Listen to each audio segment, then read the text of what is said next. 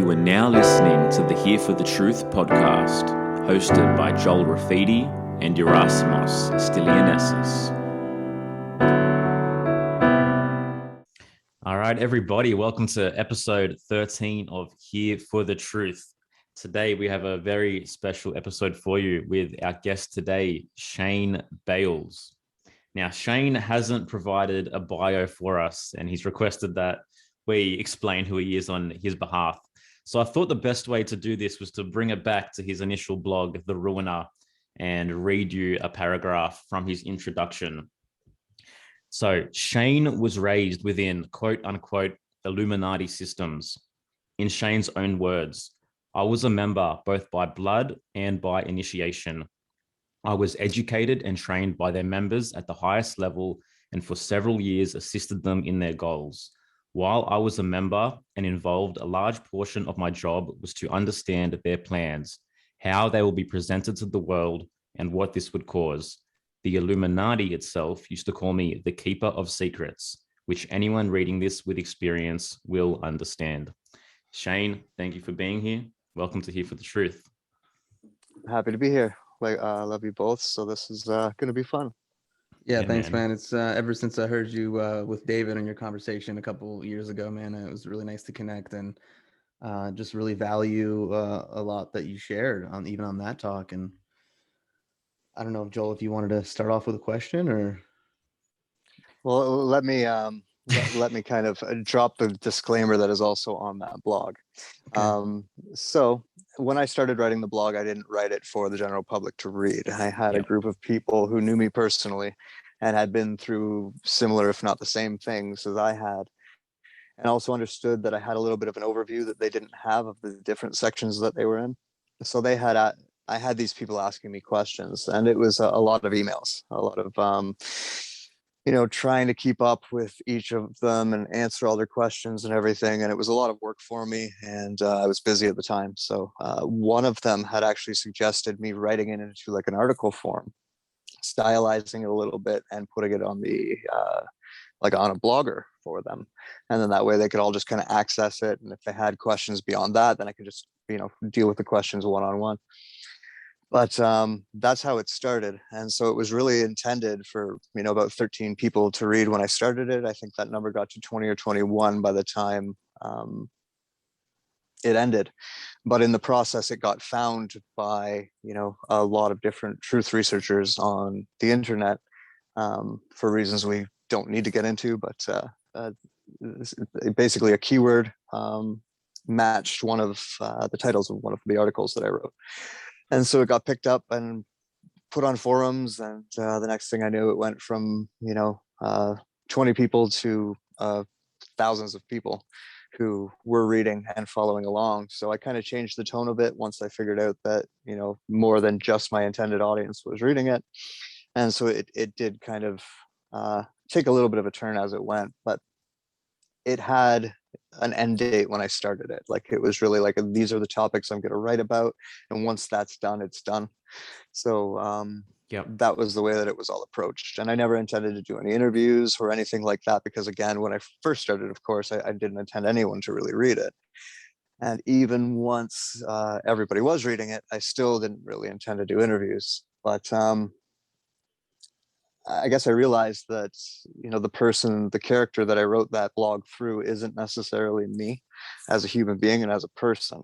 And that because it was being taken so seriously and so many people were interested in it, I wanted to show the person behind, the character and let people know that it's not, I don't know, dark is the word. It's not as dark as they may have thought. And that there was, some tangible things that they could apply into their reality based on what they were reading, instead of just freaking out about some of the content that was new to them.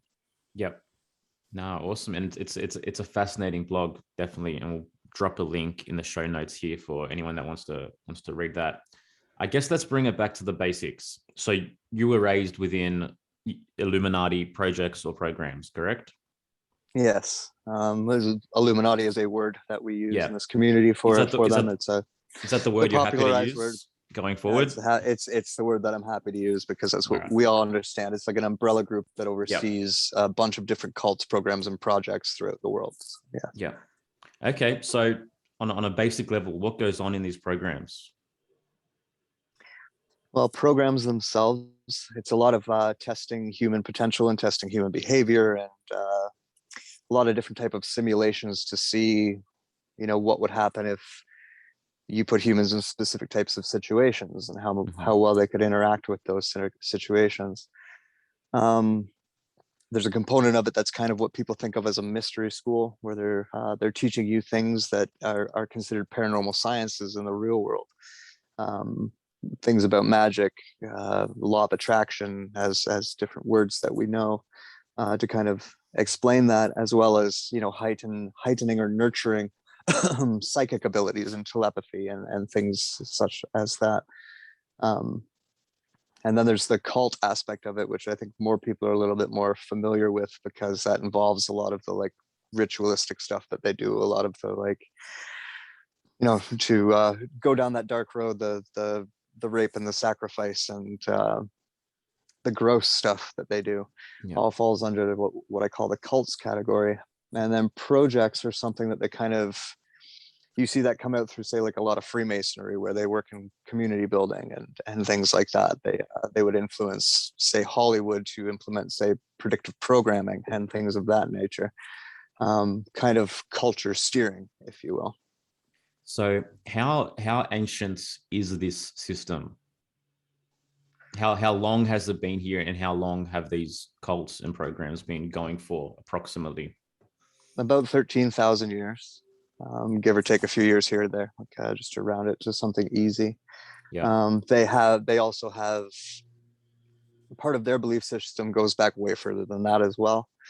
There's even different categories, like they have a frame of reference that goes somewhere between like the 13,000 to the 30,000 year mark. And then the next step behind that would be about 50,000 years ago. And then some of their oldest stuff goes back even much older than that, to around 120,000 years. Wow. I just want to say real quickly, we didn't plan this, but you had mentioned that the blog was initially for 13 people, and then you just mentioned 13,000, and this just happens to be episode 13. Just saying, wasn't planned. Wasn't planned. Yeah. It's like there's no coincidences. I've got so much I could go into, but you're asking us. Do you have a question from here? Well, I guess my question too is, on your blog as well, you do write, it's a work of fiction and part of a creative writing project. The author is not responsible for what readers choose to believe. This is not disclosure or source of official information. So, reasons for writing that. Also, why would a blog like this, if it was just intended for a smaller audience, why would it still be allowed to go on and go through to share this information? And why are you even allowed to be on this show with us talking about this kind of thing? Well, first of all, I've been out of that for a long time, and I have no proof of any of it, right? So there's no way that I could possibly, stand up in front of a court and point fingers at anybody and prove anything. So that's the built-in buffer that I have in terms of that. Not a lot of people really do get out. My situation is not unique, but it's kind of a rare situation. Somebody brought it up, kind of made the joke that it was similar to like John Wick getting out of his assassin organization. Like you kind of you make some promises to them, you follow through on those promises, and if you do everything right and you play by their rules, then they kind of, let you go. They kind of just, there's nothing actionable I can do to harm them. The reason for the disclaimer, I actually put the disclaimer on after we went from the jump from like 20 people to thousands of people. That was when I threw that on, because I was aware of the alternative community and how seriously they take this stuff. And I honestly didn't want to be a part of the lore that they create within that. I know it's inevitable, and I have tried my best to live up to that position with integrity and honesty. I've kind of gone against a lot of the things I said in the blog, and saying like, the way that I worded that, it's meant to be stylized, right? So it's not exactly what I mean. I do intend at some point in time, in my life when I finally have the time and motivation to go back through it and make all of those things clear. But I've always been open to questions and clarifying things for individuals. And I try my best to just in the talks that I do on my own to not erase any of the misconceptions about it, but definitely reframe them so that they make a little bit more sense. And so I think that answers both of those questions. If there's anything I missed, let me know. No, definitely. Well, Joel, you can like ask something different real quickly, but I for some reason feel called to just ask you, because it's current events. Like, what the fuck is happening right now? Like these, according to you and your experience and the things that you know, like these last 16 months, what are they? What's happening? Well, there's a lot of different things in the world that indicate that we should be going through some type of, I don't know, people have a lot of different names for it and think about it in different terms, but basically some type of an evolution as a species on this planet. And technology is a big part of that. And one thing that the Illuminati has tried their best to do over the last 200 years or longer is move us farther and further away from magic by kind of discrediting it all and making us believe that it was just, hocus pocus, and pushing us towards technology. And so they've been quite successful in that. And I think what they're trying to do is kind of steer this evolution in such a way that it leads into what people call transhumanism, our kind of cyborg symbiotic relationship with technology, machines. And I think there's a lot of evidence for that in the world. And I think a lot of the different things that, the truth community points to right now, if you go from like chemtrails or heavy metals in foods or, now nanobots and certain types of materials, right? Not to get too specific to not flag your channel, but I think this is all kind of leading us towards a kind of augmented or, okay, drawing a blank on the word, a steered evolution as opposed to the natural evolution that we should be having, which is where people's concepts of things like ascension and moving to 5D and all that type of like new opening or unveiling and all of that, which I believe is a part of what is happening with us. And I think that the powers that be, if you will, the people who have all these toys are trying to steer that in a way that takes us away from our natural abilities as humans and as individuals and pushes us more into a group of controllable robots, more or less, or making us more compatible with these technologies. If you think of like organ donation or like limb transplants or anything like that they've attempted, the body likes to reject these things. It recognizes it as a foreign body. So if you think about injecting us with technology or all of a sudden implanting us with technology, like say Neuralink or one of these things that are proposed for us, Google Eyes, things like that, there's a good possibility our bodies are not going to like it and are going to reject it. And I think that some of this nanotechnology that we're experiencing right now is meant to make us more compatible with that, as well as our climate is changing as a result of all of because basically from my understanding, what actually spikes evolution is a change in frequency. It's basically the DNA of the planet starts to shift. So we have to kind of go along with it.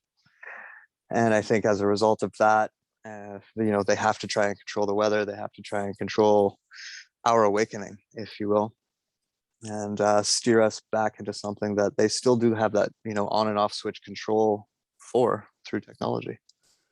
And I would say that it's no coincidence that if they want to make us more like in a symbiotic relationship with technology, that the perfect thing to use to have us fear nature more would be a virus. Do you think that it seems like the perfect thing to have people to be afraid of touching one another, to be in contact with one another, to hug, to breathe fresh air? It's not like they said, "Oh, a bomb's going to hit the planet." It seems like it was specific, and it goes along with what you're saying, that why this was used as the new weapon. Yeah, as well as the weather changes, right? Mm-hmm. Like you got to stay inside because you might not be safe outdoors. Air quality is bad, sun quality is bad, all these different things that they're playing these days, right? And knowing from my background, what I'm seeing right now is them kind of testing the waters on a bunch of different ideas. Because again, from my understanding, they have a plan and a bunch of different ways to get themselves there. And so they'll kind of test different ideas. Virus could be an idea, climate change could be another idea, see what we kind of freak out to the most, and then decide which one is better for them to get to where they want to go. So I think we're kind of in the middle of that right now, where they're throwing all this information at us just to see how we react and just to see what we really freak out and what we really don't freak out about.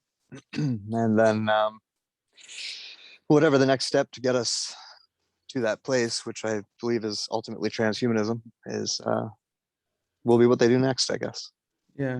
It's interesting that you said everything you said, because in the truth community, different people will say things like, well, more and more people are waking up, so these Illuminati types, these elites are overplaying their hand. So do you think do you think that's just like bullshit, and it's actually, we're just going to throw everything but the kitchen sink, or in the kitchen sink, at everyone and see what sticks? I think they anticipated us, to be honest.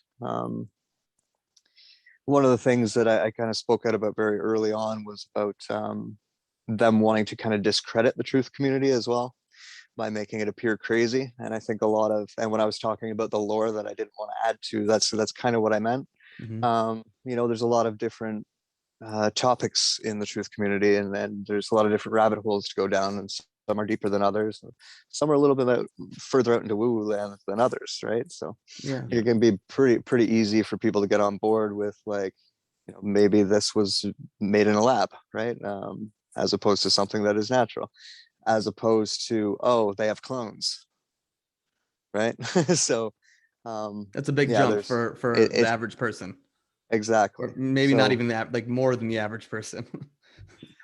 And so what I was saying was, like, they've kind of created that jump, right? And they've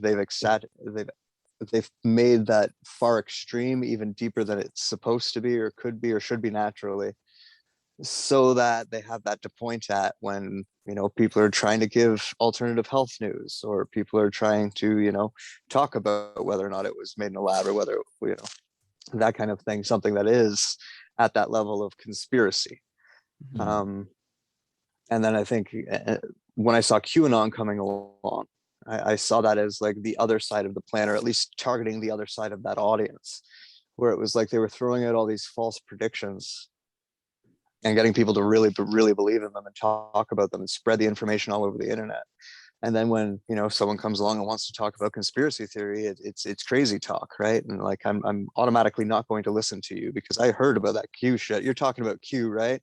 And then I said the evolution from that would end up being that they can criminalize conspiracy theorists. And what did they do after, like, the Capitol riot? They made all those people domestic terrorists. Exactly. So that's kind of like when I speak out against either side of that, like whether it's someone making outlandish claims to make money, or whether it's someone making outlandish claims to keep everyone just believing that some savior is going to come along and ascend them or take them away in the rapture or something like that. I feel a need to speak out about it. And I felt the same thing with Q, where I was just like, okay, this is the other side of that, where you guys are taking something that's real and you're backing it with all these like crazy predictions and stuff that couldn't possibly be happening. Like I remember reading one day where it was like Justin Trudeau was arrested at 5:30 a.m. and then it's 1:30 p.m. and he's on my TV. It's there has to be some real world results to the things that these people are making claims about, and the same goes for me, right? So that's why I've tried to make some clarifications on these subjects for people, because it is a dangerous slope, and it's really easy for someone who came through the position that I came through to really take advantage of people. So so in your view, just to clear it, you think that for example, Trump wields no benefit whatsoever, whether he's in office or not? Is it merely just two sides of the same game, as many would assume? Or what's your perspective on that hand that is being played? Definitely that it's, it doesn't really matter who the poster boy is for any of these governments, really. I think that that concept we hear of like the New World Order, the one world government, I'm pretty sure that that's been in place for since the beginning, and I think that this division was created so that it adds to the illusion of choice, and so yeah, I don't think that matters at all, other than it kind of, when I was talking about the different plans that they may have, it might be easier to pull one of those off if Trump's in place than if Biden's in place, just as an arbitrary example, right? Yeah. But we have other plans to use if Biden's the one in that place. So yeah, like, I mean, to anyone with discerning eyes, there seems to be no doubt that transhumanism is the overarching agenda, right? To have us so completely disconnected from anything life, anything natural, and the opposing force is so obviously anti-life and anti-nature. But my question is this: how can you choke nature? How can you submerge nature? Like, do you think there's a point where this is actually doable to control this force that we can call nature? no, I don't. I think that that's where they're gravely mistaken and always have been. It's like, I think that's where their ego self is really, at the surface now, and it could end up being their downfall in the end, depending on how the cards all get played. But either way, nature's always going to figure its stuff out, and it's going to take over whatever. It doesn't matter what we do to her, as I like to call our planet. She could shake her shoulders and get rid of us anytime she wants to. Like, we're really not. She knows that we're not, worth dying for, if you want to put it that way. So I don't think they'll ever, and I see them struggling to control nature and to control the weather and to control all of these things. And they're doing a lot more harm than good, both within people, trying to control the nature of humans, as well as trying to control the nature of the weather, the nature of waters, or nature of the way trees grow, or any of the different stuff that they've been messing with without us knowing for a long time. And I mean, it doesn't take long for nature to take things back when we're not in the way, right? So I don't think that it's ever really going to get to that point where we do so much damage to our planet that the planet doesn't recover. I think that if we do too much damage to the planet, we don't recover. And whether whichever you value is more important there, I'll leave that up to everyone's own personal feelings or opinions. But I think you're right. Like, that's going to be the end. That's going to be the one thing that they'll never be able to truly control. Yeah. They can convince us to do it for them. That's about it. They can convince us to give away our true nature to the machine, if you will, right? Like, to give it up to technology. But that all comes down to choice too, right? So yeah, I really want to explore this idea of they. You hear it all the time, and everyone in the truth community, alternative research, could be, they're doing this, they're doing that, they. So it's like, who are they? And you, in your blog, you talk about the structure, you talk about the Draco and the parents and the covens and projects, and so talk about that a little bit. well, I mean, at this point in time, it's a lot of humans that have had this structure created for them by intelligences that are not human.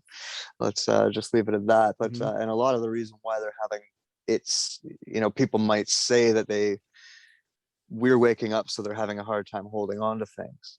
It can appear that way because they're not used to running things the way that they have had to over the last 50 years, or maybe a little bit longer than that, without, let's call it, outside help. Got it. Right. So those structures, the people at the top of that, and again, like, these aren't the people that you see in the public sector. Like, it's not the Donald Trumps. It's people who, you're not going to read about history books ever. You're not going to find an internet presence for them. Like, they're not talked about. You're not going to see them at pictures of parties. Like, they've been running things in their own little world for long enough now that they don't need to do that. That wasn't always true. Like, if you go back far enough in history, a mutual respected person of ours is like Michael Tessarion, who's done a really good job of going back to that. And back in those days, like, yeah, they were still written into history books and they still were included in society, but they realized that eventually that's going to have to stop. And they slowly started phasing themselves out in terms of the people with the most power, occupying positions of power. So people like Bill Gates and Fauci and Schwab and all, they're just the higher level pawns. Yes, the highest, like relative to the see. average, the common person, you know. Yeah, and still, like, they're, you know, as much as Bill Gates may be gross, he's still just acting on someone else's behalf. So how'd you become the keeper of secrets? I mean, I don't laugh to, like, I'm just so curious. Like, I love that name. It was about, so like I was saying, there's a bunch of different programs, there's a bunch of different projects, a bunch of different cults involved. One thing that they had done with me was kind of give me an overview of them. And they didn't do this with a lot of people. A lot of people were very, like, narrowed into whatever their cult was, whatever their program was, whatever their project was. And in order for me to get that overview and interact with them, I had to be really good at keeping secrets. So that's what it was. Is I'm very good at keeping secrets if I need to be. I'm in a place in my life where I do my best to ever have to keep a secret. Like, I try to be as transparent about anything. But I mean, if you as a friend were to come to me with a secret, your secret would be safe with me. But in terms of world secrets anymore, I'm not playing that game with that for anybody again. But yeah, well, if I do tell you a secret one day and you share it, dude, I'm taking that title away from you, man. Deal. You don't get it anymore, man. I'm deleting it. I wouldn't deserve it. I probably don't deserve it anymore. But when I was younger, I did. I was very good at that. Let's play a game. Yes or no questions. Flat Earth, yes or no? No. Moon, natural or synthetic? Synthetic. Ooh. Okay, you just open up a can of worms. So, you know, in terms of flat Earth, it just feels like in the last few years, that's growing even more as a movement in the truth community. And I'm going to be the first one to say I have not gone down any rabbit holes relative to that. My intuition says one thing, but I know people that I admire and that I respect in a lot of different areas who have gone down that and have adopted that as their worldview. And so I'd love for you to chat about that a little bit, because I feels like it's like one of the things you just said before, where people get lumped into a certain category. So if you talk about natural health, if you talk about one thing, it's like, well, whatever, you're a flat earther. You know, it's like, it's the word that's used to discredit and make everyone a tinfoil hat conspiracy theorist, etc. Yeah, I don't believe that the earth is flat. I got really interested because of what I was talking about earlier, actually, about me understanding that there's going to be a lot of disinformation programs run through our community. When I would see one that I kind of understood or I remembered or I knew, I would kind of focus in on it. I would want to learn everything I could about it just so that I could kind of play devil's advocate with people who believed it, if you know what I mean. Like, I want to know why they believe it well enough that I can explain to them why it's not that way, right? And I mean, would just open another can of worms, but I think a lot of the things that our perceptions lead us to believe that the earth may be flat has to do with us being in an unnatural environment, or what you might call a simulation. I know people who've made video games, and it's really hard to program, like, you know, regular 3D physics into a video game, right? And therefore every world is flat in a sandbox.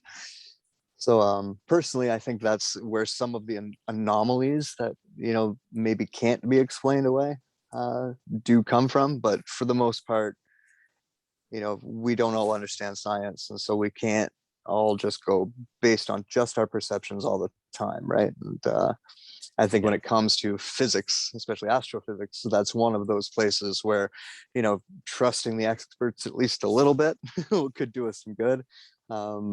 Whereas a lot of the people in that community don't seem to. Like, they've kind of thrown the baby out with the bathwater in terms of trusting anybody, right? So to me, it's completely preposterous. I don't understand how. I mean, if you really want to understand that concept, go take a deep dive into astrotheology. You know what I mean? Look at the true meaning of the polar axis and the polar axis tilt and the precession of the equinoxes. And there's just no possibility that you can come out of that and be like, okay, yeah, the Earth's flat. Just that doesn't make sense. And just in a lot of other different things that I've interacted with, just tell me that, like, it's just not possible and it's not true. So, but it's an interesting, you know, again, it's one of, like you even pointed out, that it's one of those things that are put in front of us to take something to an extreme. You know, like there's a lot of things that you would come through if you went down a flat earth rabbit hole, so to speak, that are useful, like questioning authority, like actually questioning, is what NASA has shown us the truth? Are they telling us the truth about everything? What are they keeping from us? Why are they keeping it from us? Those type of questions are very valuable. But if it requires someone to have the conclusion in their head that the earth is flat in order to do that, I'm not so happy about that conclusion. Yeah. So I like this yes or no game that you started, Joel. So moon landing, real or video created by Stanley Kubrick, whatever the fuck.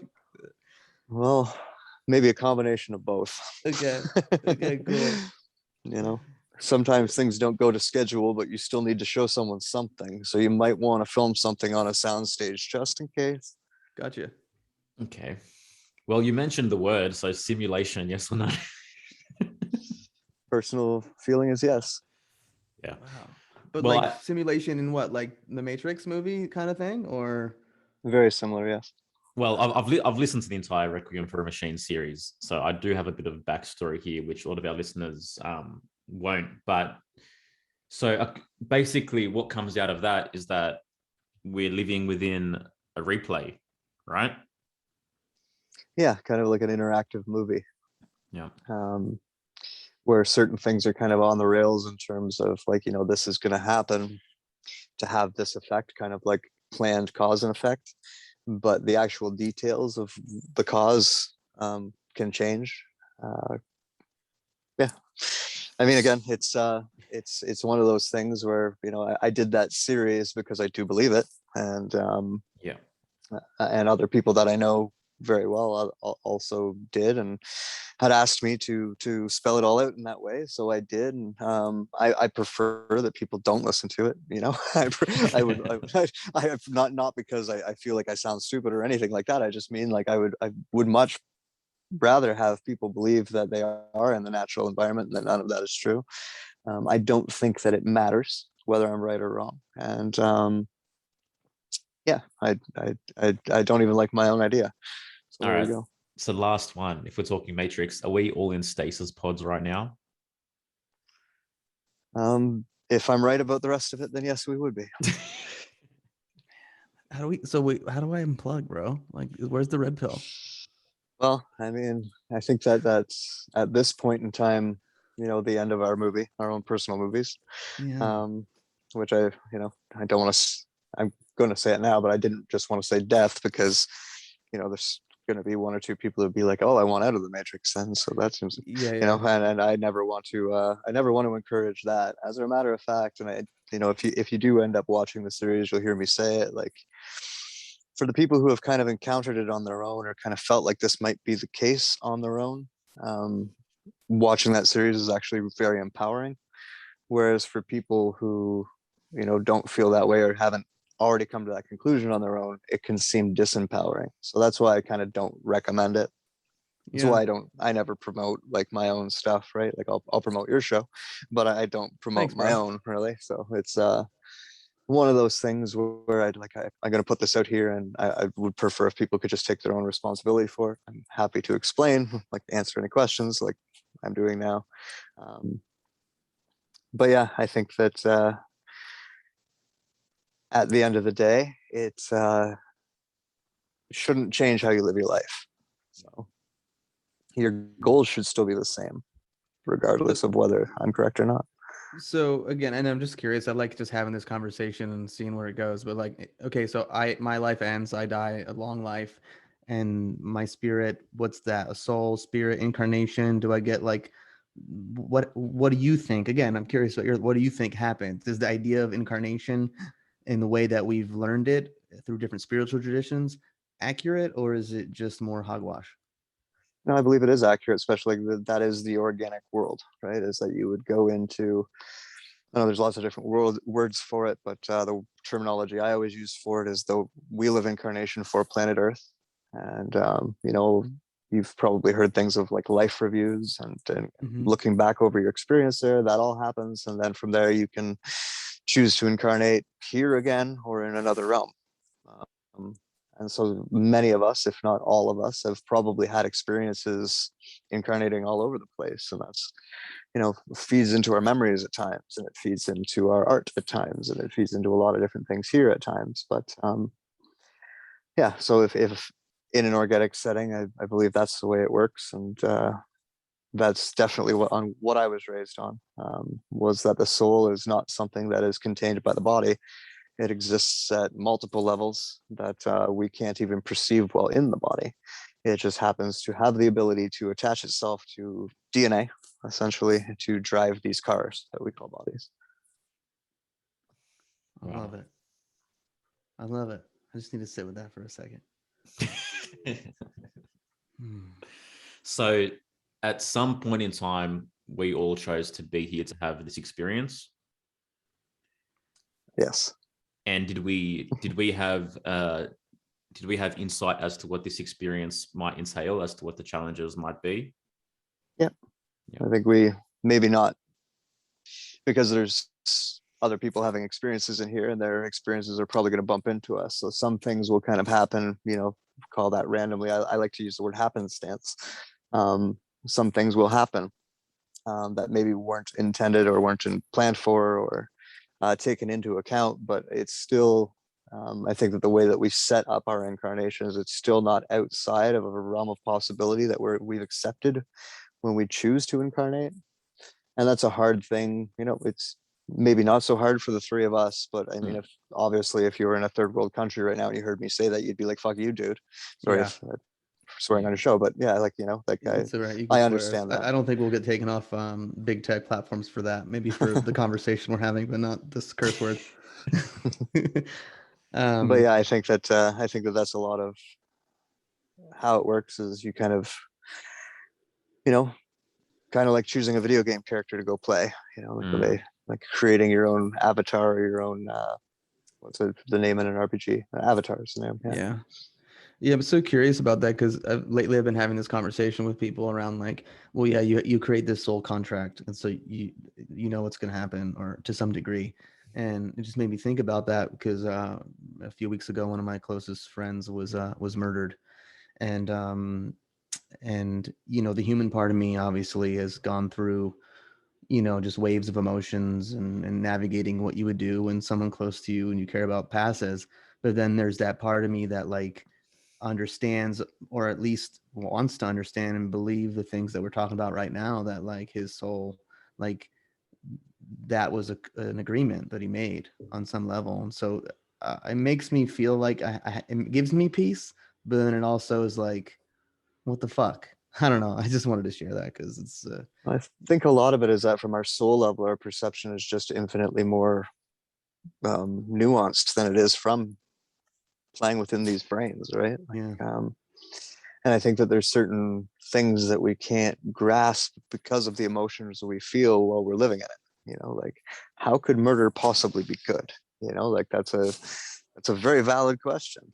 But maybe from some higher level of perception, there is a purpose and a reason for it, right? And maybe it does do some good in a bigger game that we can't see. So I think a lot of that plays into why some people might not like that idea that we, kind of choose our destiny, so to speak, before we even end up going through it. But for me, I feel like the concept of free will isn't diminished by that. I feel like we always have free will. Even if that were the case, that's you exercising your free will to choose that scenario in the very first place, right? So the foundation of the entire experience was you having free will. And that's what I was saying. Like, I think that like there's kind of milestones that we hit that are important for our development and important for our time here. But I don't think that like every choice we make along the way was predetermined either. Yeah. I think that we've set ourselves up with scenarios that we can interact with, like which are rites of passages. Exactly. Yeah. And I think that depending on kind of like the Choose Your Own Adventure series, like where depending on what your choices are, depending on what your choices are along the way, it might shift the outcome. But you've already been able to look at all of those different outcomes anyways, and understand that you can accept all of them, right? Yeah. And so therefore your free will along the way can steer you to one or the other, or maybe none of them. Maybe it ends up creating something new, and who knows? There's a lot of possibility out there. And I think it's kind of a problem for humans that we think kind of narrowly in this way. um when I say problem, I just mean I think that we cause ourselves a lot more emotional pain than we need to, based on our lack of understanding. Yeah. And going back to the other part of the conversation, it was actually the thing that I had to do for them was work for this paranormal, um, let's call it like a group. Like we would go around and we would collect, ghost stories, and we would collect actual evidence of the afterlife.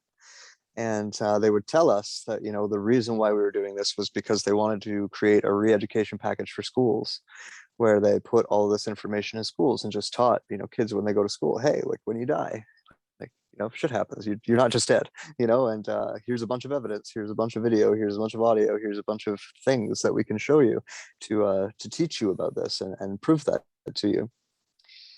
And so for a few years, I worked to that end, all to find out that really they just wanted all the information and all the evidence so they could shove it somewhere where nobody would ever find it. Mm-hmm. Right. And Wow. that was kind of my John Wick moment of realizing that I had just had my blood oath called in, if you know what I mean. So Yeah, well, I feel like we see little pieces of that come out into the mainstream, even in terms of this idea of past lives, where you have like a 4-year-old who literally is like, "This was my name, and this is how I died, and this is this, and this is that," and then they go back, and it literally matches. Like you can track that back with an actual person. So I find that to be really fascinating. So I go, okay, well, is this part of the simulation, and where it's like they didn't fully erase the memory of someone in the new character, the new avatar? So it's just, I don't know. I'm well, just like thinking out loud. the simulation would be, if such a simulation exists, it would be mimicking the organic, right? So it would be looking at all the rules and parameters of planet Earth and how it deals with souls and all of that. And it would have to basically mimic all of those things. Mm. So it would have to be able to mimic ghosts. It would have to be able to mimic souls, or any properties associated with that, like say psychic ability, telepathy, anything like that. Even like say cryptos, or like strange creatures, stuff like that. It would need to be able to. It would mimic all of this stuff. So if if there is a mimic, if there is a simulation, it's simply overlaid over the organic, right? It's yeah, and so it's again like just a rip off of it, and yeah. I think that's where like some of our glitch like anomalies that we observe, and especially now that like everyone's got a phone, and mass communication is available, you hear about it more and more of like this plane in the sky just all of a sudden stopped and just kind of, it was just kind of there for 5 minutes and then continued flying off like none of that had even happened, or like the birds stop. Like there's videos of stuff like that, and I think like there's certain amounts of that does happen. And that's to me kind of some of the stuff that I think are lead to the simulation theory, um, seeming evident, or at least like seems like evidence towards something like that going on. And that would make sense if that is the case, because what machine has ever been perfect, right? So Mm-hmm. like not even the human machine is always perfect, right? So I kind of want to go back again because I'm just fascinated by your story. You were born into this family and you were involved with all these different projects. And I'm curious, like, were you identified as someone with like certain abilities, high IQ, in order to be placed in a certain position versus someone else? And then being involved with all this that you're speaking about and that you've spoken about on the blog, what was it that made you go, nah, I don't want to continue on this. I want to go live a quote unquote normal life, as normal as it can be. And my answer for your second question made me totally forget your first question. Okay. but I had a kid, and the possibility of my child having to go through the things that I went through was just not something I could have. Mm. Like I couldn't feel okay with that. Um, that was what the other question was like kind of why I was selected. It does have a lot to do with my predisposed natural abilities or my natural understanding of things. Something that I'm just very good at, it seems, is getting other people to talk. I can typically get people to kind of tell me their whole life story very easily, and I can get people feel comfortable with me. I like, even it's very rare that I can't have a civil conversation, even if I really don't like someone. You know what I mean? Mhm. So, or if it's someone who has a lot of power over me, I don't tend to treat them any different than someone who has no power over me. So Mhm. I treat everybody with kind of the same baseline of love and respect.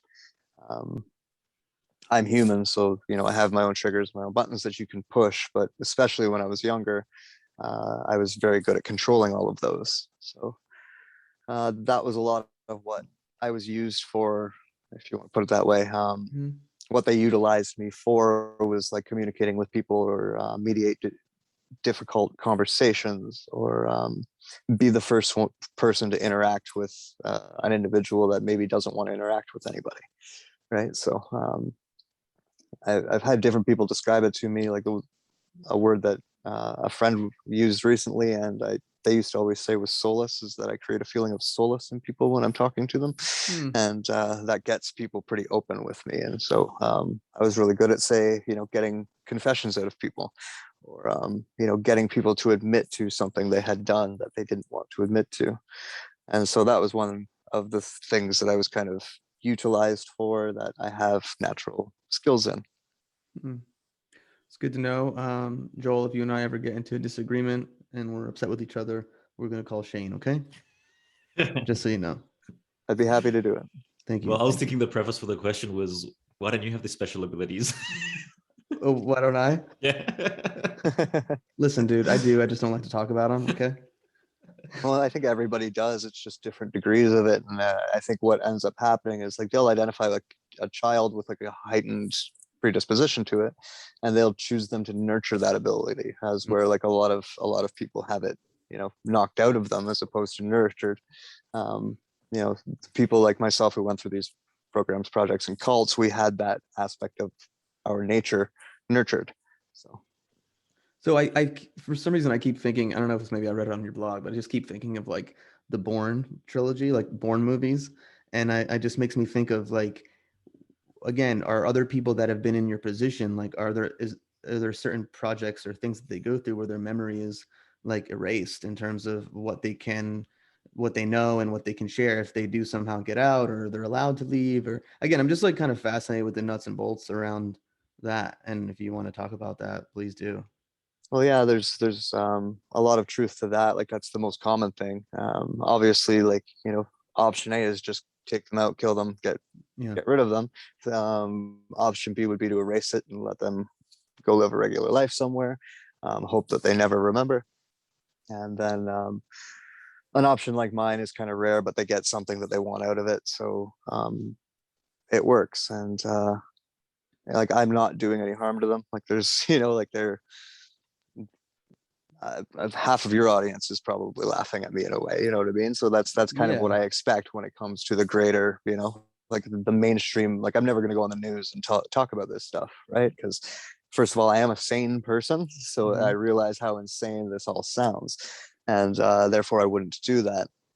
um, what I try to do is try to bring it into some regular context for people, so that it's not as crazy. Like, and that's because a lot of people make it sound crazier than it is.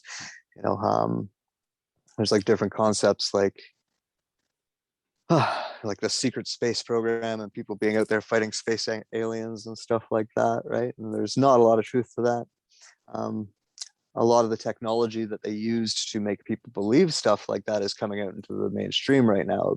Like, how they're releasing technology where they can talk to people in their dreams, and they can create specific, like, stylized dreamscapes and things like that.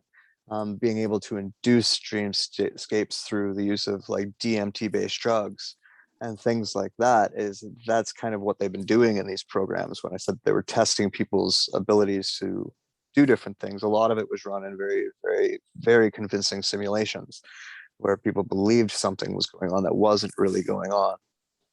And unfortunately, people getting out of there not knowing that part of it or not realizing that part of it is what leads to a lot of the lore that I've spoke about, where they come out and they have these ideas of fighting ETs in space and blowing up ships and all of this stuff, and so they talk about that publicly.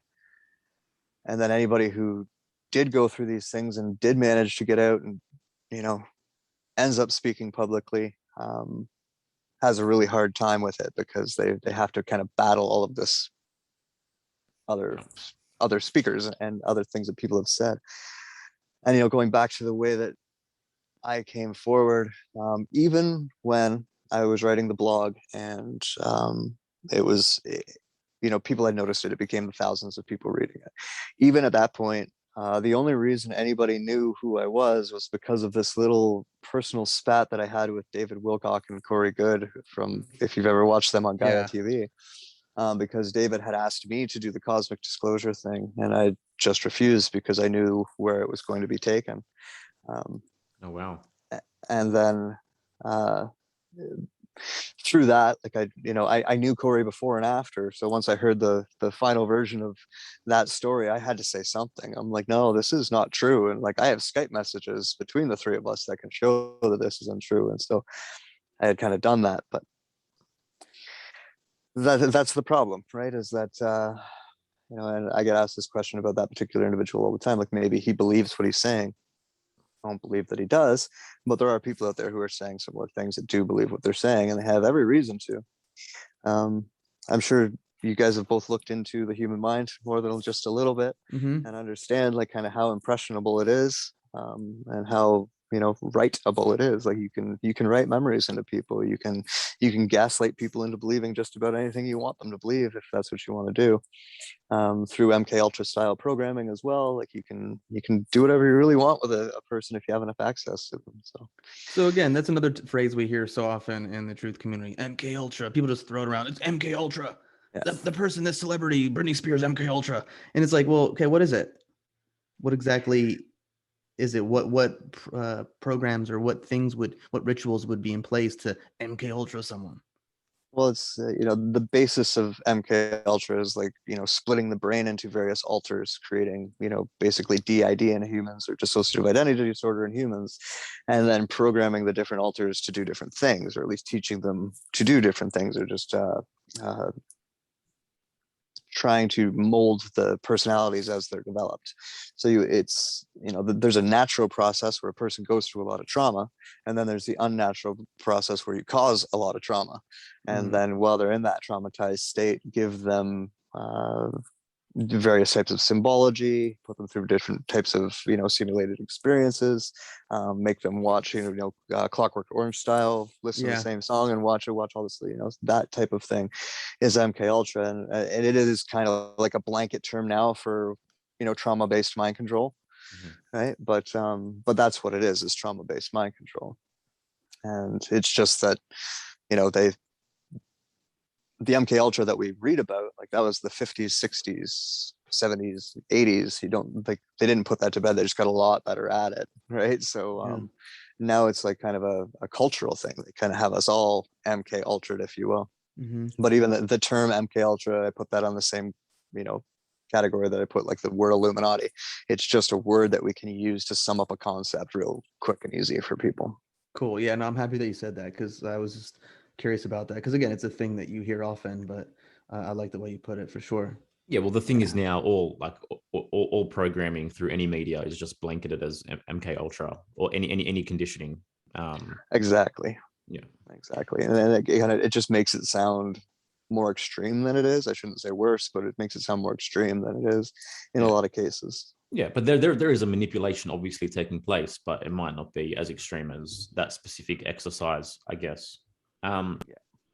So what in your opinion are the primary solutions for any human to embody, to counter these forces of control? Oh, a lot of questioning. Like, obviously, getting in touch with yourself spiritually, so to speak, and getting yourself, mind, body, soul kind of in alignment is where you need to start, because if any of that's off, then it's very easy to manipulate you, right? And that's more or less everything we're talking about in terms of like mind control. Like, you're being manipulated. So the best thing to do is like understand how the mind works and understand how your body and your soul work together and create your reality in the way that it does, and therefore learn how to control it as well, like being able to know why you feel certain ways about things, so that when those feelings pop up, you know how to manage yourself through them. Obviously, we're never going to be perfect, but that's a big part of it, is just always trying to maintain some sort of balance within yourself, so that when these different information sources come in, you're not pushed one way or another, and you're making more objective choices. You're making more rational, balanced choices. uh, Otherwise, they're going to push your emotions all over the place and bully you into this corner, and like, shame you into that corner and all of that. So know thyself, is that old phrase, right? Just understand where your weaknesses are, so that when someone comes along or something comes along that plays on them, you kind of catch yourself before a mistake is made. Couldn't agree more. And that's the primary benefit that I've gotten just out of using the divination arts to know myself better. Is, we tend to avoid our shadow and avoid our challenges, but understanding where we're weakest is actually primary to, really, really understanding the truth of those two words, which is know thyself. Definitely. And yeah, it's like the reason why they have the power over us they seem to have is because they know us better than we know ourselves. And so the best way to counter that would be to get to know ourselves really well, right? And get to understand others, and really kind of boost up empathy with other people, so that you're not shying away from the darker aspects of others or yourself, but like really kind of diving into those things. Why are they there? How can we fix this? That has been such a huge part of my journey. Is that, like, I don't know what it is that was built into me, like even back in the days, like when I started my journey in like my 20s and as an actor, like I really enjoyed kind of exploring these parts of myself, and dancing with the darkness, you can say. And I don't know, it's just been a really interesting journey. I don't shy away from it. Of course there's times I do, but in general, I've been really curious about that in other people and myself. And I feel like it's supported me having more compassion too, because and I can be super self-righteous. I don't knock that, but having more compassion, because it's like I know it within myself. So I see it externally and I go, oh, okay, well, I know that I'm capable of that. I've met that part of me. I've had dialogue with that part of me. I've tapped in. And I think that's also another reason why it's easier to see things happening in the world, and because I know that in me. Do you know what I mean? Yeah. You can only meet the darkness in the world as far as you met the darkness within yourself. And this is the entire dichotomy, or the purpose of the great Hermetic axiom: as above, so below; as within, so without, right? Which is obviously something that we speak about often. But yeah, man, definitely an individual's willingness to know their own darkness that's growth right there, right? You can only extend out as far as you're willing to dive in. How do we, as a collective, how do we counter this shit show that's taking place right now? Where do you see this going? Is Babylon just falling? Is the old system just going the way it's going? Is there possibility for those stepping outside? How's that growth going to look for you? Is there going to be breakaway civilizations? What is it? I think that the breakaway civilization may be people more like the three of us than the elites going that way, right? Like I think that technology is about to take over in a hurry, that we're going to be pushed a lot more into staying home and going to virtual reality than going out and actually doing human things. And I think that there's going to be people like myself who are not going to want to stay home and go into virtual reality. So I think that's where the breakaway civilizations start to form, and it's already kind of happening. I think because of the state of the world right now, a lot of people are kind of coming together, looking for self-sustaining options, trying to get off grid, so to speak, a little bit more because of what's going on already. And because I don't think that this is changing anytime soon, I think it's just going to get, like, call it worse, or at least a little bit more severe. I think that more people are going to be pushed to do that. So I do think for a long period of time, we will have a situation where there's kind of two different versions of society. The one that's kind of following the transhuman agenda and the one that kind of steps away from it. And then where that leads in the future, like I can really only speculate based on previous models. My idea is probably that, like, you know, the breakaway civilization that is us will probably reproduce at a much slower rate than the other ones. So, you know, we might eventually just kind of, I don't want to say die off, but like fade out. And you know, who knows? Like you can have all the ideas that you have in your head, but just because you have all those ideas and all those beliefs doesn't mean your children are going to hold them, right? And it doesn't necessarily mean really what you show your child. You can't necessarily make them hold those beliefs, right? So you never know what could also happen. Like you children from that breakaway civilization could wake up one day and be like, yeah, I'm going back to transhumanville. See you guys, right? And so, and I think that is a lot more likely than not. And so I don't know how long it'll last. Is basically, I'm over explaining why I don't know how long it'll last, where there's two different versions of society. But I do think for a long time it will be that way. And you know, for the people who really don't like the idea of all this technology, then they're probably really happy to hear that. But like, yeah, I don't think. I think this is where humans go next. Is this, you know, pairing ourselves with technology and enhancing things like AI and enhancing things like virtual reality and all of those different components that will eventually lead to a matrix one day. Oops, did I say that out loud? Yeah, right. Because I was just about to say, like, so people are either going to have the choice to be like, whoa, I know Kung Fu, or not, like to have to spend 15 or 20 years learning Kung Fu. Yeah. Kind of thing.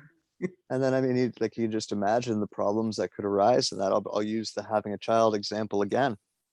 You know, Dad, I don't want to take 15 years to learn Kung Fu. I could go get it implanted into my mind like tomorrow. You know, like, what are you going to say to your child when that's what they have to say? You can explain all you want, but like they could end up presenting you like, you know, people will rebel against parents just for the sake of it, depending on their various archetypical makeup, right? So I guess I'm curious here too, within that implant, again, so this is hypothetical, but would the program be that you have gone through the blood, sweat, and tears? Like how do you just know that? You know what I mean? Like, this is where I go, like, will you have memories and experiences of like day one in training when you like broke your hand trying to break a wood board? well, I think that technology isn't very far off, and I think they're already kind of exempling it to us. So I think that we'll have that answer probably within your lifetime, to be honest, as to what that feels like. And I'm curious if there'll be people that are dancing between worlds. Like, I don't know, maybe I wouldn't mind like one program of Kung Fu or something, but then fuck everything else. Yeah. I mean, I'm making a joke, but it's just, I don't think anybody knows exactly how it's going to play out, and I don't think the proverbial they even really know exactly how it's all going to play out. And I think that just once we get there, we'll kind of have to deal with it, you know. And that all comes down to everybody's own personal choice, insofar as they have real choice as opposed to the illusion of choice. Because obviously, the laws in the world and these other things, they aren't getting any lighter. So yeah,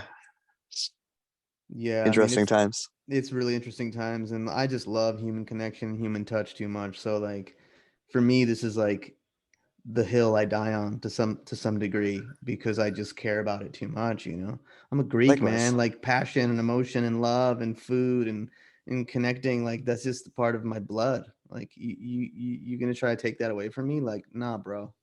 Nah, I'm acting all hard right now, but like I really believe that. Like, it's just. I agree with you. I feel the same. I should say I feel the same as that. Like, it's the hill I'm willing to die on. So yeah. I have all these other questions, just the things that are flashing in from when I read your blog, and I'm just like, I want you to hear about this. I want to hear about that. Oh, bro, ask him about the Giants. Ask him about the Giants. That was it, dude. Tell me about Andre the Giant. I mean, the Giants. Oh, do we really have to go down this road? All right. You don't have to, dude. You have free will. You can say go fuck yourself. Yeah. Like, well, I love you, Yerasimos, but I'm too tired right now, man. I'm gonna go make music. Hurry up. That's not untrue, but at the same time, I'll definitely. Wait, which part? The music, or telling me to go fuck yourself? Tell you to go fuck yourself. The music. Not to tell you to go fuck yourself. I would never do that. So Depending on what you've looked into, there's a lot of evidence that supports the fact that there used to be giants on this planet. It's in various types of scripture. It's in lots of different things, and I think it's almost true for a lot of different species that have gone extinct over time that they actually haven't. It's just that the world's a really big place, and there are ways to hide certain things. And they do some forms of disclosure with that in movies. What ones did I recently watch that kind of played on that idea? Oh yeah, like the newest Godzilla and King Kong movies. They kind of play on this idea where like there could be an island out there that they just keep stuff on, and just contain it to that island, and none of us know any better. And there's also technologies like our history goes back a lot further, and we have had much more advanced technology on this planet than we do today. And there were some programs put in place, and I'm sure that like most people could imagine that stuff like this might happen. It's like finding a buried bomb shelter, right? People forget that they're there. So at some point in time, there was a program where they had put themselves into these stasis pods, I suppose, in order to, survive whatever they felt was going to happen. And those pods got lost, and they got left in them, and they never got woken up. And then flash forward a few thousand years later, very idiocracy style, someone digs them up, and now we have to deal with that. So that was what I wrote about, was and again, going back to one of the things that they liked to bother me to do was to communicate with stuff that they don't know how to communicate with. And that was one of those such things. And when I say this type of communication, like I post some of it on social media. It's something that's not too spooky, but if you hang around with me in person, you'll see a little bit more spookier things with my interaction with animals, as an example.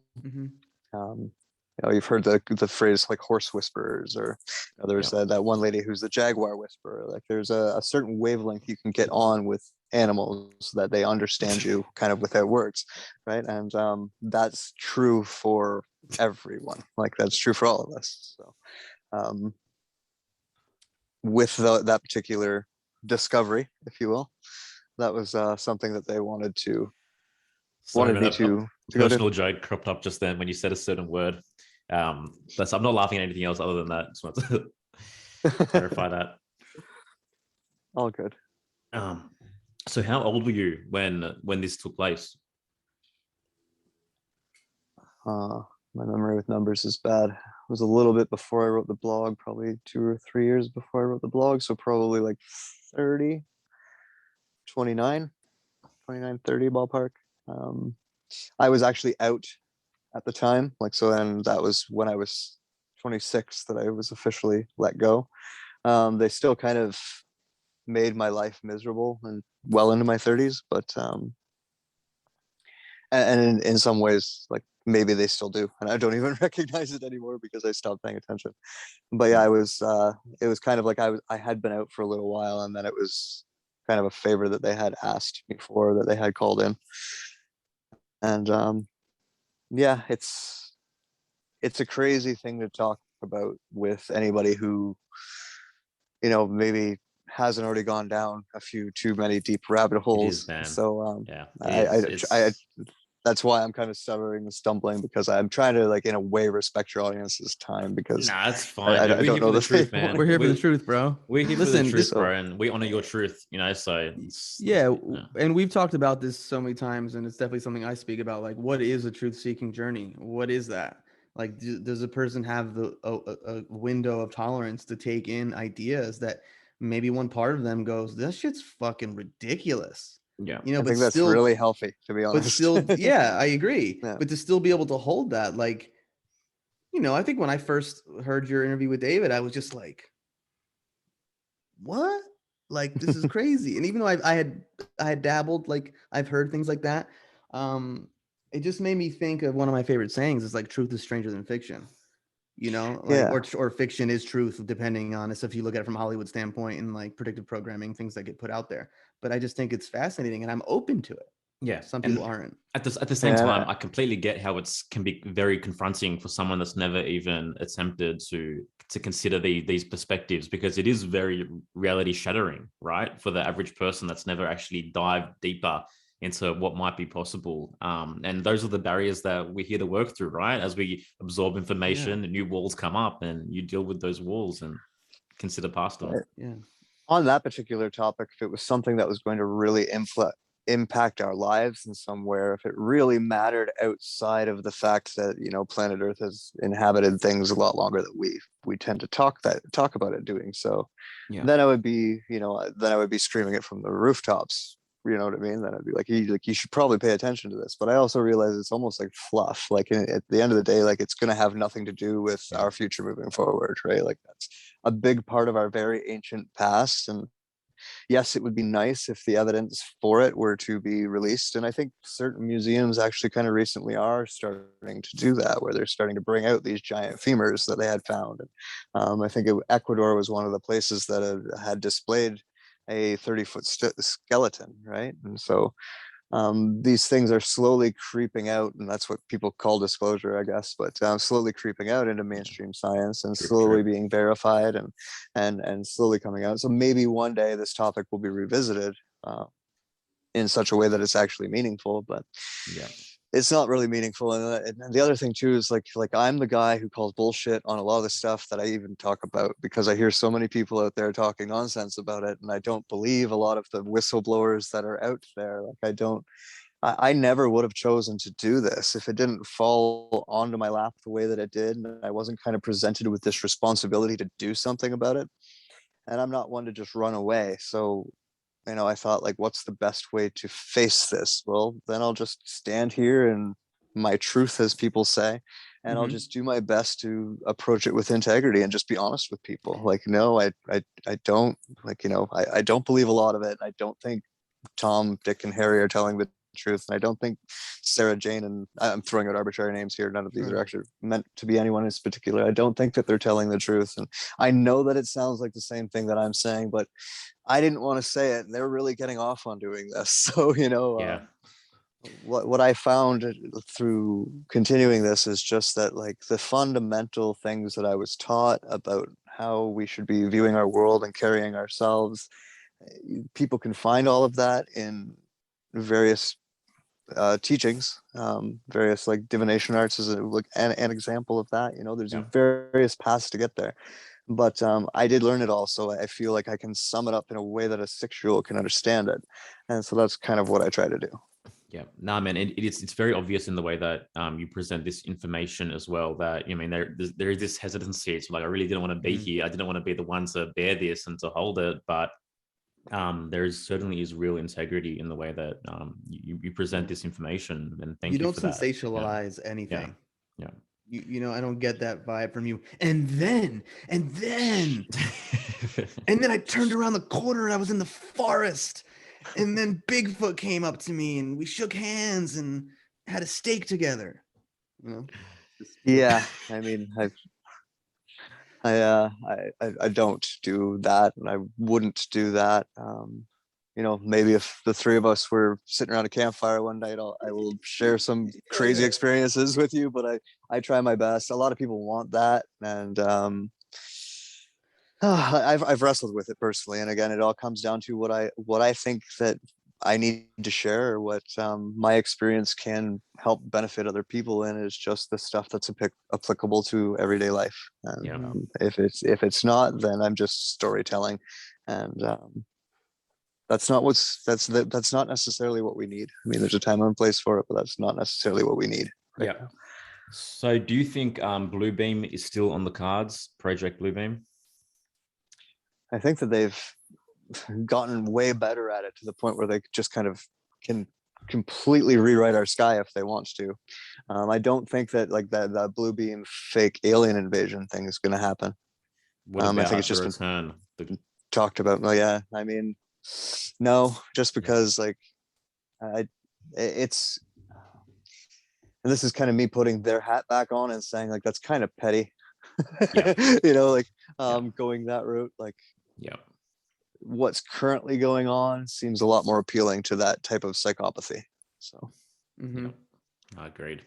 So things like when you think of like Star Wars and things like that, there's certain levels of truth there in terms of like Galactic Federation and all these different things going on in communication, or is this just more Um, sensationalization of maybe some kernel of truth?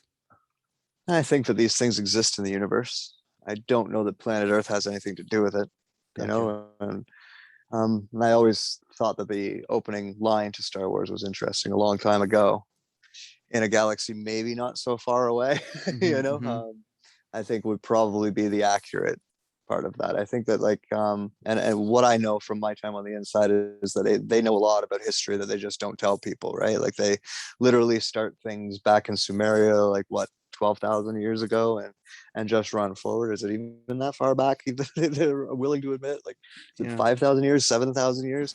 Like, but they know that it's way, way, way, way back from that. They have a lot of different things in their vaults, so to speak, um, as evidence of that. And certain people who go on to be celebrities or direct movies and things like that sometimes come up through these programs, projects, and cults, and they see these things, and then it'll be something that they add into their movie. Or it's also, if you study magic, you'll find the idea of the magician showing their hand and letting you in on the trick, right? Yeah. And I think that Hollywood is a group of magicians, and that's exactly what they're doing, is kind of letting you in on a trick. And so I think that part of that letting you in on the trick has to do with the fact that, yeah, they know that, human history goes back way before this current group of controllers were ever in control. And a lot of different stuff has happened, and some of Yeah. it may resemble what you see in something like a Star Wars. So Yeah, I'm happy that you brought that up because there's another thing within the whole truther community you hear often. They go, it's a spiritual law. They have to tell you what they're doing to you. And so I'm curious if that plays into what you just kind of spoke about at all. Like that's it's the something that same has to be concept. done. Yeah. It's the same concept. Yeah, it's like they, and if you study just any type of, I'm sure you guys have probably studied like sales, like you're still leading them back to the truth, right? Like there's still like this truth that you keep circling around for them in order to make the sale. And I think that, that's part of this topic as well, is that, it's a truth sandwich. Yeah. Hitler and Himmler, obviously, pretty famous quotes about that. Like, um, there's always got be a little bit of truth to a lie for people to accept it. I think we've dived into a lot, Yeah. touched on a broad number of topics, and I don't want to overwhelm people too much. I think this is a good spot. Good place to stop for part one. Yeah, definitely, man. We're looking forward to having you back on and diving deeper. There's so many questions that I do have, but yeah, bro, man, really, really appreciate your presence and you showing up and you speaking forward in the way that you do. And yeah, as your Erasmus said, the way that you're not there to sensationalize anything. It's just breadcrumbs to dive deeper for those that are willing to perhaps look that little bit deeper. So yeah, no, thanks for being here, man, and thanks for being in your truth for sure. Thank you for having me, and thank you guys for what you're doing. I know I appreciate it because it's a resource I can send a lot of different people to, right? So yeah, thanks, man. Yeah, really appreciate you. Really appreciate the humility that you kind of move forward in the world with, and even in this conversation, man. I just love the kindness that's in your heart that I could definitely feel and notice. And I'm grateful that we connected. And I can't tell you how grateful I am to have you on this show, man, because I think it's important stuff, not just the storytelling element of it, but even like having this knowledge and information. And then what do we do about it day to day? What are the solutions? How can we, utilize our free will to uplift ourselves and the people around us in the best way possible? And I think it's really, really important. well, thanks, guys. I love you both as well. Again, very happy to see you guys doing what you're doing, and anything I can do to assist in that journey, I'm always available. So available to you guys is what I mean. Not always available, but I'm always available to you guys. Yeah. Can we go on a trip together to another galaxy, dude? That'd be pretty fucking cool. I mean, I'll see what I can do, but Can you talk to some of your peeps, bro? I mean, you got some connections still, I think. I don't know. I'm pretty sure that like the Galactic Federation is mad at me for saying that they don't exist. So. All good, man. All good. Maybe next time in my next iteration in the simulation, I'll be the descendant of the Keeper of Secrets. Anyways, no, man, I appreciate you, dude. I love to make jokes, but really, really, for sure, I appreciate you and who you are, and just happy that we finally got a chance to connect in real time in person. I appreciated the jokes too. I like that there was some laughter, and like I like having conversations with people who aren't, balls deep into all of this stuff, as the expression goes, because it feels like you're closer to my view of a lot of stuff than a lot of my peers would be. No, I hear you, man. Yeah, definitely. Well, we also like, I'm a serious, deep dude, but I don't like to take myself too seriously sometimes. Right? I just feel like that's heavy, man. And I like making jokes on things. Like, you got to know how to play, man. You got to know how to laugh. You got to take joy out of things. Otherwise, this world's going to get really fucking miserable in a hurry. And so, right? That's the thing. Like, it's if you dive too deep, you can easily lose your humanity as well in trying to discover too much. I feel, because there's the stuff that I want to do as a human, which is super trivial, and I enjoy doing that shit. You know what I mean? So it's like there's that balance always. For a second there, Shane, I thought they took you out, man. I thought I thought they came in. They're like, okay, that's enough. That's all we're allowed. That's all we're gonna allow to. That was the delivered for today. 10% battery warning on my phone. No worries. All right, guys. Thank you for listening to Here for the Truth.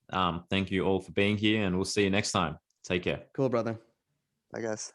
Smoking mirrors, I'm seeing through the illusion. Waking up in a time, they think you're in a delusion. Somebody set the alarms, cause they be too busy snoozing. I'm in a DeLorean.